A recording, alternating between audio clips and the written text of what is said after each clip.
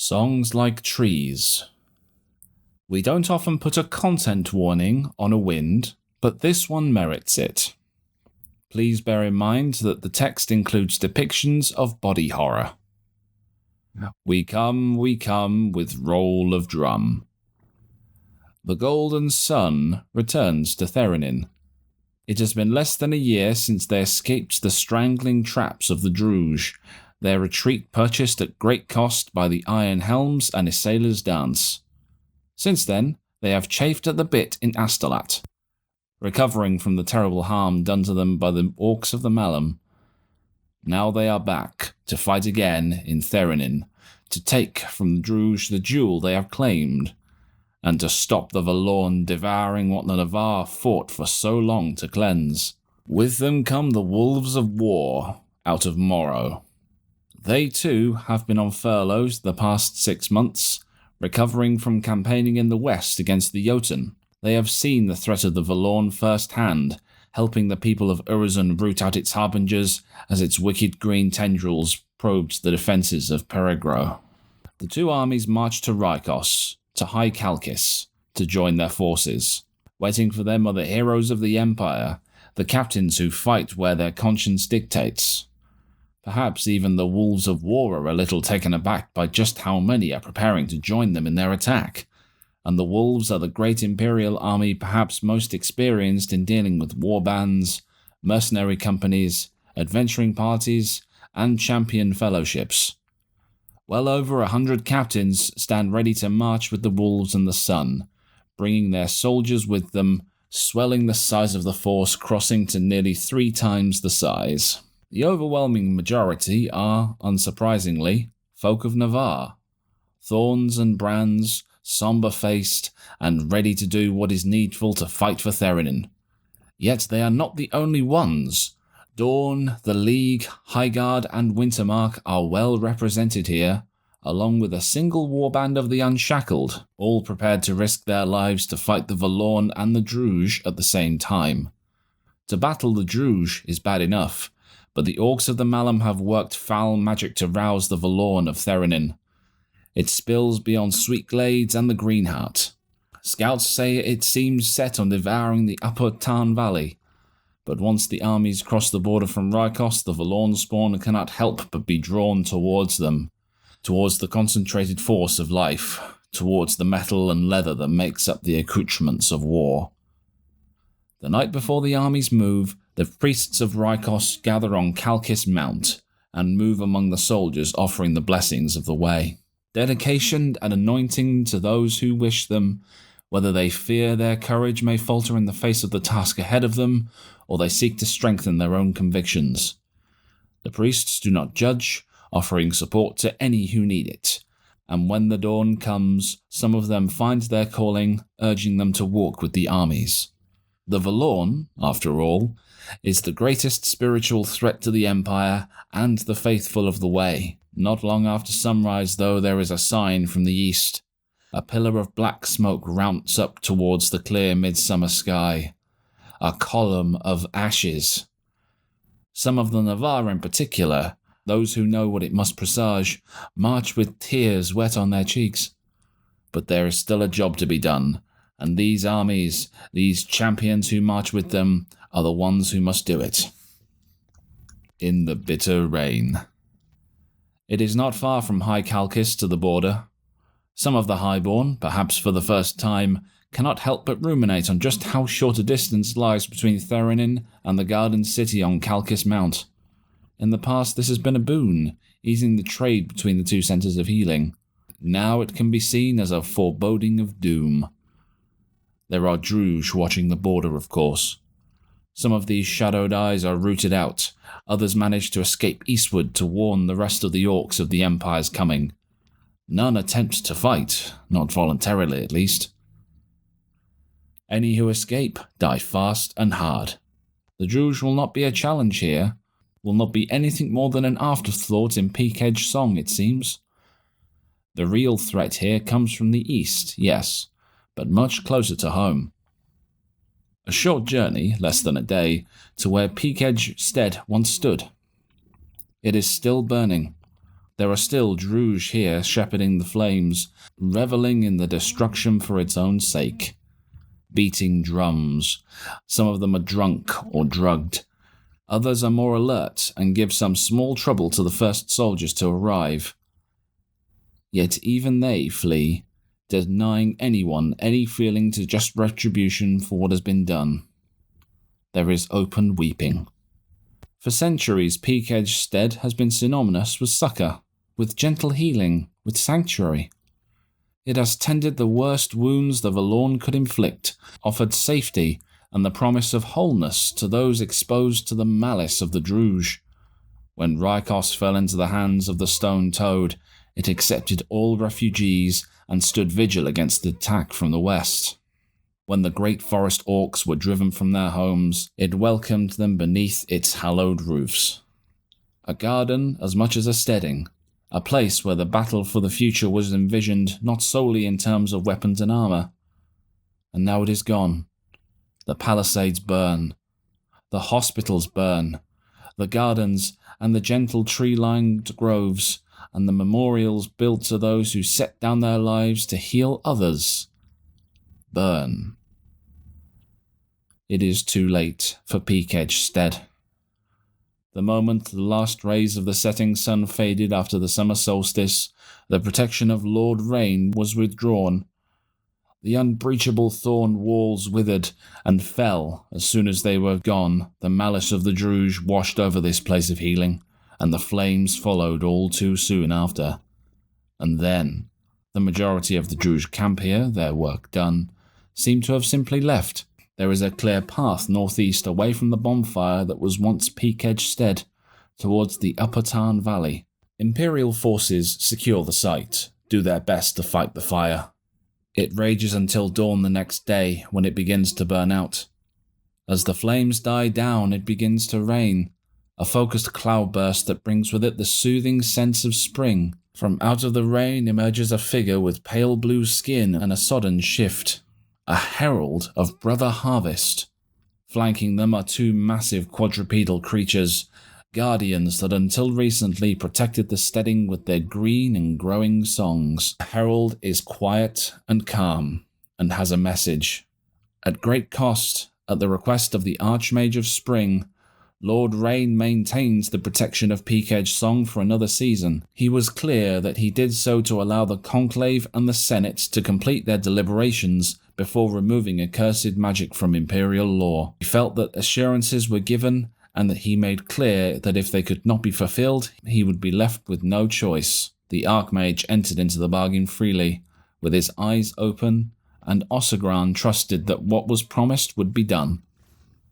It was not done, and instead the Conclave turned away from his friendship, as if blaming him for doing what they asked and being clear about what it would cost. So Kumatro of the Rains was left with no choice. In the absence of a sign that the Empire could move away from merciless slaughter, from magic that kills the weak indiscriminately, there is little point continuing. He withdrew his children to the Spring Realm as he said he would do. Peakedge Song fell within the hour to the Druge. They looted the place, burned it, would have tortured any left behind, had there been any left behind for them to hurt. For while Father Tarn is sad that he was misled and let down, he does not blame the healers and the sick for the actions of the few at Anvil. All those who wished to do so were offered sanctuary in the primal forest, where they might grow and practice the healing arts for as long as they wished, on the understanding, of course, that they could never return. While he might have been able to grant them sanctuary in the Chamber of Oregio, the Druge would have been able to attack there as well. Many took that chance, and if there is anything to be salvaged from all this, it is that those lives have at least been preserved. Those who would not accept the hand of Lord Rain made a different choice and embraced the gift of Kayla. A terrible choice, and one that the cupbearer would have denied them if he could, but it was theirs to make. And now, as he said he would, Elder Fossegrim will turn his face away from the Empire. There will be no more boons, and he will not agree to parley. Those rituals he has shared with his friends will remain until their assurances are broken. Any gifts that he is likewise given will remain until time claims their power. No more of his heralds will visit the Empire, not to offer their aid to those in need, nor the Green Watcher, nor to fight against the Valorn. Perhaps in another 100 years, if the Empire survives, they may speak again. But for now, it is farewell. As the herald turns away, its sad message delivered, the rain breaks. As it walks, fresh green shoots burst from the footprints it leaves in the sodden ash. Within a few minutes, these shoots have blossomed into bushes and vines, with more and more greenery rippling outwards from the path like raindrops on the surface of a mountain pool. Within half an hour, the ruins of Peakedge Stead are gone, and in their place, a garden of green leaves and pale white flowers. Where the palisade once stood, a ring of young saplings begins to grow, marking the outskirts of the sanctuary. The Valorn cannot come here while the trees live, said the herald in parting. Let this be a memory and a promise. It can remain a place of sanctuary and hope to those who need it. And with that, it is gone. Hew the stone and break the door. The Druj have fled east, no doubt seeking to outpace the Valorn, which they at least believe will be seeking to overgrow the Tarn Valley. The day after the armies enter Therenin, they encounter what they take at first to be Valorn, but is in fact something entirely different. The Druj have unleashed spring magic in more ways than one, it seems. This is at least something that the Empire and the Wolves' War in particular are familiar with. Something akin to thunderous tread of the trees has settled over Therenin, calling and releasing countless numbers of spirits to inhabit plant life of the territory. No doubt the intention is to help the spread of the Valorn. The magic seems not to differentiate between an oak and a willow and whatever aberrant plants grow in the Sweetglades and Greenheart. Unlike the more familiar magic, which sends trees rampaging against settlements and fortifications, the spirits called by the Druj prefer to ambush those that come within reach. Often they pretend to be normal trees and bushes before striking suddenly, when their victims least expect it. The smaller plants like to entwine and entomb their prey, strangling, smothering, or starving them. It all adds yet another obstacle to the attempt to protect Therenin, beyond the Druj and the Valorn itself.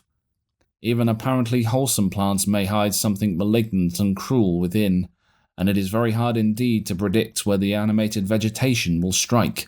As the only significant force in the territory, though, the Golden Sun and the Wolves of War bear the brunt of the curse's violence. That hill and wood shall slay. The first true Valorn spawn are sighted on the 4th day, when the Imperial forces are engaged with sweeping out left-behind guerrilla Druj. The enemy are clearly not expecting them. They are focused on hunting any remaining Navarre and coming up with abhorrently novel ways to kill them. Shortly after noon, a dozen misshapen flying things, each as large as a well-fed sheep, approach out of the east. Similar in part to wasps, and in other parts to vicious beetles the size of wolves, and yet still something entirely their own and entirely wrong, they pass low overhead. The high-pitched whine of their wings grates on the nerves of those below, setting teeth on edge, and causing a few Naga in particular to succumb to nausea and disorientation. Sometimes keen senses can be a curse rather than a blessing. Several of these airborne horrors are shot from the sky with longbow and crossbow and hurled javelin. Too poorly built for flying much above the treetops. Examined close up, they have far too many eyes at one end and barbed venom-tipped stingers at the other. One of the creatures is cut open, its bloated abdomen proving to be full of horrible, writhing maggot-like grubs that wail like cursed piccolos when exposed, curling in on themselves and dying in the steady rays of the early morning sunlight. These warped insects are only the vanguard of the Valorn. By the next sunrise, the sky to the east is noticeably different. A greenish tinge hangs in the air that sweeps forward as the day goes on. Scouts report terrible things. Legions of Ettercap and shambling Valorn spawn husks. The unnameable abominations that the Valorn breeds, many mixing animal and vegetable characteristics together to create something different, something altogether more grotesque than either alone could achieve. There are also great insects, the natural inhabitants of Theranin, that show the signs of having been corrupted en masse, driven mad, driven to swarm and slaughter where normally they would be placid and disinterested. The Druge have clearly not tired of driving the innocent beasts of the marches into the Valorn, even after their failures at Feverwater. There is even report of a Hydra, blooming red meat flowers opening and closing like extra mouths along its body, howling and hissing, a bowel-loosening combination of pain and fury as it comes. The first line is easily held. The Valorn is not a thing that uses tactics or strategy. Some of its horrors are as keen to attack each other as they are the interlopers from the Empire. Some charge the nearest living thing that does not bear the mark of the Valorn and try to kill it and devour it. Others are more stealthy, like hunting spiders or predatory wasps, sneaking up on their victims and using venom, razor-sharp barbs, or talons and fangs to kill. Still others move more slowly. Great masses of twisted vegetation given awful momentum either by the Druge's curse or by the Valorn. It matters little which is which in the end. The results are the same. Those who have fought the Valorn elsewhere are perhaps a little unprepared for the realities of facing it in a marsh. While the most obvious spawn are at least human or orc-sized, in Theranin the waters and the mud and the silt provide many more avenues for awful horror. A common iteration of the Valorn here is an eyeless, fist-sized mess of legs and mandibles and gripping pincers that moves through the marsh drawn by movement, and when it encounters flesh it holds on tight and begins to eat. The worst part is that many of those who suddenly find their shins or knees or feet being literally eaten out of them beneath them will fall backward into the mud and discover to their horror that these moor crabs hunt in packs. The Navarre are prepared and spread a warning, but there is only so much they can do to mark the telltale disturbances in thick mud or the murky water where these moor crabs are on the move. This is just one example of what the Empire faces in Peak Edge Song. The Valorn is terrible for many reasons, one of which is that its creatures take so many utterly unpredictable forms and shapes. Skinless bears, two-headed lizard things with alligator maws and tree-climbing claws. As the miasma thickens around the region, much larger creatures come tumbling through the trees. Rough spherical balls of meat and muscle with razor-sharp lamprey mouths and staring all too human eyes, and a dozen thick tentacles with which they swing and clamber and grab and crush. Snake-like worms, large enough to swallow a full-grown soldier whole, with reaching, multi-jointed legs around their mouths to scoop up and hold their prey while they suck it down. A terror that might once have been a marsh walker before the Valorn took it into itself and remade it in its image.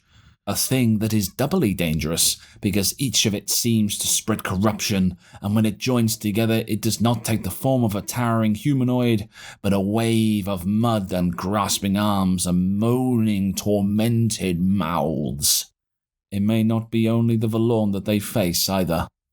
There are sightings of smaller, more subtle creatures among the Valorn spawn. The Enchanters of Dawn are certain that these creatures are heralds of Woodwiff. They do not, for the most part, engage the Imperial forces directly, but their presence has an undeniable effect of the Valorn spawn around them. They bear the ruinous blessings of their mistress, and they do not attract the ire of the Valorn beasts around them.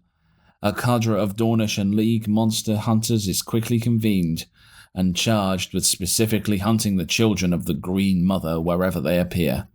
Of all this, the miasma flows like water, pooling and spreading.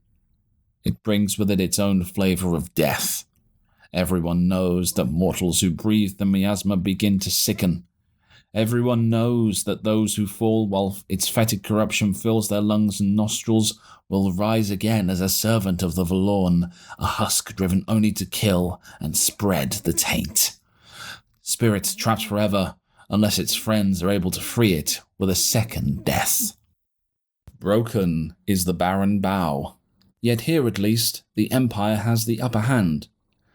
Winter magic has been bound around the armies, around the soldiers, and settles like a barbed shawl over the captains and warbands who march with them. Many do not realize that the magic is woven with the resonance of the wasteland. It leaves them feeling hale and hearty, full of the power that preserves. Their instinct for survival has been subtly enhanced as well. Again, few realize what is happening. This is winter magic, and it would be odd if there were not some lingering unnaturalness to it. The soldiers and champions fighting in Therenin find their appetites shifting slightly. Wholesome food and drink becomes just a little less appealing. Without really thinking about it, many of them adopt a new diet, drinking brackish water straight from the slow-moving rivulets, devouring bugs, termites, weevils teased from the bark of the marsh trees, favouring bread and biscuits and tack that is marbled with mould. Yet they show no ill effects. The only folk that seem broadly unaffected by this unnatural urge are the Draugr, some of whom seem to relish the fact that the best food, the freshest food, is passed over by their companions in favour of midden fare. All of this is a result of a ritual that has never been tested before, encumbered with the laborious name, Why Suleiman Walked Away from the Baker. It protects soldiers from poison, and from venom, and from miasma of the Valorn. Or at least it protects them from the miasma, in theory. Before now, its effectiveness has never been tested. It is tested now. The miasma is thick as fog around the Valorn spawn, spreading like fingers of corruption spread by the winds. Those who fight within it find their wounds fester, their injuries drag them down into death or awful half-life. It breeds sickness in those exposed to it, filling lungs with spores and fluid, causing skin to corrupt and break apart with vines and flowers. Yet not a single soldier of the Golden Sun, of the Wolves of War, nor the warbands that fight with them, succumbs to the sickness of the green lung. Wounds may fester, death may come, but the worst effects of the miasma are mitigated by the winter magic. While some of those who die within the miasma rise as husks, it seems to be no more than a third of those slain, and the Navarre agree that the transformation is taking longer than usual in those who do succumb, allowing their bodies to be burned or turned away from corruption. The wards surrounding the Imperial forces do not match the power of the vitality of the rushing water. The magic is too widespread, too focused on preservation and survival compared to that particular enchantment of spring magic, but it provides vital protection and frees the physics who march with the armies free to treat wounds and save lives without worrying about that hollowing out sickness. Darkness falls at last. Almost from the moment the Valorn spawn begin to spill into Peak-Edge Stead, the armies of the Empire must fight. It is relentless. Day and night the attacks come, battalions of ettercaps and husks, small packs of horrible Valorn warped beasts, great corrupted insects. Again and again they come, and the Imperial armies must stand against them. As the season draws on, the armies begin to flag, but again, the power of the winter enchantment helps stave off exhaustion. This is a double-edged blade, of course. It does not actually heal those warriors tired to the point of collapse. It simply provides them with the will and strength to push themselves beyond their natural limits. And when they snap, the results are grim indeed. Just as well the magic protects the warriors from the miasma. The physics would have their work cut out, saving those who have battled on to the point where their bodies have begun to shut down. Painful, cruel, but it works. As autumn deepens, it works, and the Valorn spawn are contained. They do not spill out across Peak-Edge Song. They don't taint the marshlands with the touch of the Valorn. They are contained and thrown back. yet still they come. There is no sign that their strength is weakening or their drive faltering. Inasmuch as the Vallorn want anything, it is clear that the roused force will continue to seek to reclaim this land that was once Terunael, that was wrested free from their corrupting touch over the course of 1,000 years. And if the defenders falter, even for an instant, the green tide will wash over all and condemn Thurinin once more to its verdant hell. Game information. Thurinin remains nominally under the control of the Druge. The Vallorn has been stopped in Peak-Edge Song. Imperial forces are about 1/5 of the way towards reclaiming the region of Peak-Edge Song. An effect similar to thunderous tread of the trees is making the situation in Thurinin even worse for Imperial armies. Imperial forces have prevented the Vallorn of Thurinin claiming any land in Thurinin, where it would have spilled into the Upper Tarn Valley. Perhaps at the direction of the Druge magicians, it has instead moved to try and destroy the largest concentration of uncorrupted life in the territory. To wit, it is focused on the 2 armies and hundreds of warbands accompanying them, and on claiming Peak-Edge Song. The Wolves of War and the Golden Sun have borne the brunt of the assault and saved the region. At least for now. The Empire is around 1/5 of the way to reclaiming Peak-Edge Song, but it is an uphill struggle thanks to the Vallorn force that is also trying to claim the region. There has been little sign of the Druge, a few encounters with ambushes and guerrilla fighters in Peak-Edge Song, and a number of traps left behind. Whatever Malum forces are still in Thurinin seem concentrated in the east. Against the Vallorn continues to try and expand into Peak-Edge Song. It will attack wherever there are enemy armies or fortifications. Winter magic has significantly reduced the damage taken by the armies fighting there. Fighting the Vallorn while it is expanding in this way has proved to be very dangerous. The Vallorn spreading into Peak-Edge Song have brought the Vallorn miasma with them in some fashion, endangering everyone who tries to face them. It appears that while an expanding Vallorn does not take an order in a way that an Imperial general would do, it is effectively always taking a special order that potentially poisoning anyone who fights, an order that doubles all casualties it causes. Fortunately, why Suleiman walked away from the Baker has provided significant protection. It has both reduced the extra casualties caused by 3/4, and on top of that reduced all casualties taken by 1/10. Without the enchantment, the losses to the armies here would have been significantly higher. Peak-Edge Stead and Lord Rain.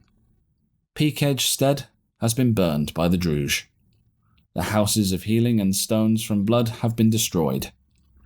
Thornsong College is still protected, for now, by night magic. Ossagran has turned away from the Empire. An enchanted grove remains where the steading once stood. One of the oldest settlements of the Navarre, Peak-Edge Stead, has been destroyed by the Druge. The people who had taken sanctuary there have either taken the gift of Kayla and died painlessly, or taken the boon of Ossagran and departed the mortal world for the primal forest. They will not return. The houses of healing have been destroyed along with Peak-Edge Stead, and the hand of the healers has lost the ability to receive gifts from Lord Rain. Likewise, there will be no replacement for the gift of the Rainfather. The stones from blood has also been destroyed. The encumbrant Dewey Flies Free will be the last factor of the stones from blood. For the moment, Thornsong House remains hidden within a ward of night magic, meaning nothing and nobody can locate it. The magic will end at the start of the winter solstice. There is no easy way to restore this protection, and it is very likely that some of those Druge waiting in Peak-Edge Song are there intentionally to destroy the house. Once the ward falls, the house will also be at risk from the Vallorn. Ossagran has turned away from the Empire. He has withdrawn his support from Greenwatch, meaning that the Green Watcher has likewise lost access to the implements of Willowbraid, and the gift of Father Tarn will not be replaced. The Eternal has said he will continue to provide power to any ritual or arcane protection that bears his assurance, but no further boons will be forthcoming. He will not attend any parley with the Empire for the foreseeable future. Where Peak-Edge Stead once stood, however, a magical ring of trees and enchanted glade now stands. This appears to be a final boon from Lord Rain. His herald claims that it will remain untouched by the Valorn, and preliminary investigation shows that it bears an effect similar to, but distinct from, the Ward of the Black Waste, but obviously woven with spring magic rather than winter magic. A thorough investigation of this site would require an appraisal and likely need to wait until the chaos in Therenin comes to an end. Battle opportunity. With doom we come. Imperial prognosticators have identified multiple conjunctions of the Sentinel Gate that will allow Imperial heroes to reach Therenin during the coming summit. Some of them are very large indeed, and there is a major conjunction as well that will allow the Imperial Military Council to intercede in Therenin against the Valorn.